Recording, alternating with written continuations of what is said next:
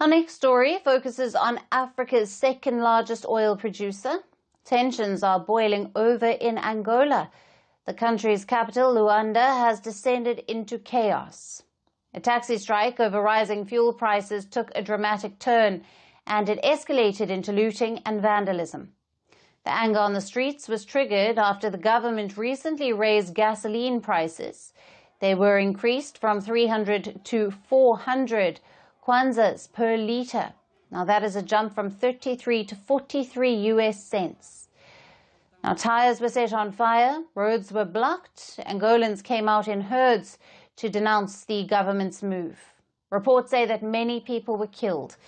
Angola's government has said at least 4 people have died.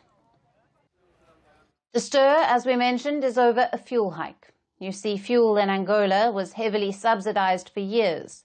The government would pay for a part of it, and that was what was keeping it cheap for daily users. But last month, the prices were raised. It affected taxi drivers who rely on it mostly, and that strike spiraled.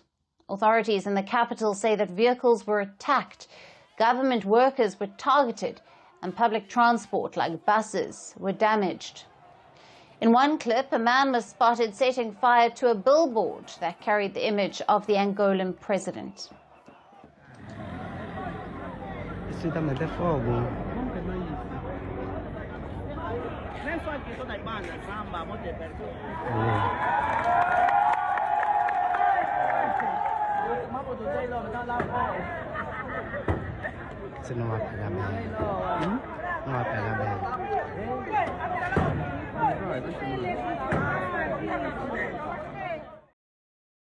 The air in Angola's capital has been tense for weeks. On Saturday, some 2,000 people took to the streets. Angry demonstrators rallied with placards. They set barricades on fire and overturned rubbish bins. Anti-riot police responded with force, using water cannons to disperse the crowd. The scenes made it look like a war zone. Now in Portuguese, the demonstrators chanted slogans against the police. This is where we say enough is enough. We can't accept having to change course one day. Every time this happens, we won't stop, we'll carry on. I came to show solidarity with the Angolan people. The people are suffering, so we have to demonstrate and show our support. You see, the cost of living keeps rising and we don't know what it will be like in a few days' time. Angola's ruling party, the MPLA, has been in power since independence in 1975. But as the cost of living soars, patience on the streets may be running out. The government says the fuel hike is necessary. They want to ease pressure on public finances.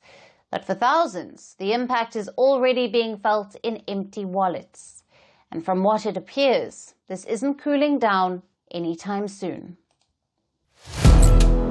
Firstpost now available in 9 languages on YouTube. English, $36 trillion. French, Le FMI, comme German, Geschäftsführenden Direktor, Hindi, $30 trillion ka karjo. Indonesian, Pemerintah tanpa pemeriksaan. Italian, Sekali radikali. Japanese, $1 euro. Portuguese, Por causa do próprio balanço patrimonial. Spanish. Beautiful bill. Go to Settings, click on Audio Track and select a language of your choice. Be the first to know what's happening around you in your first language. Firstpost.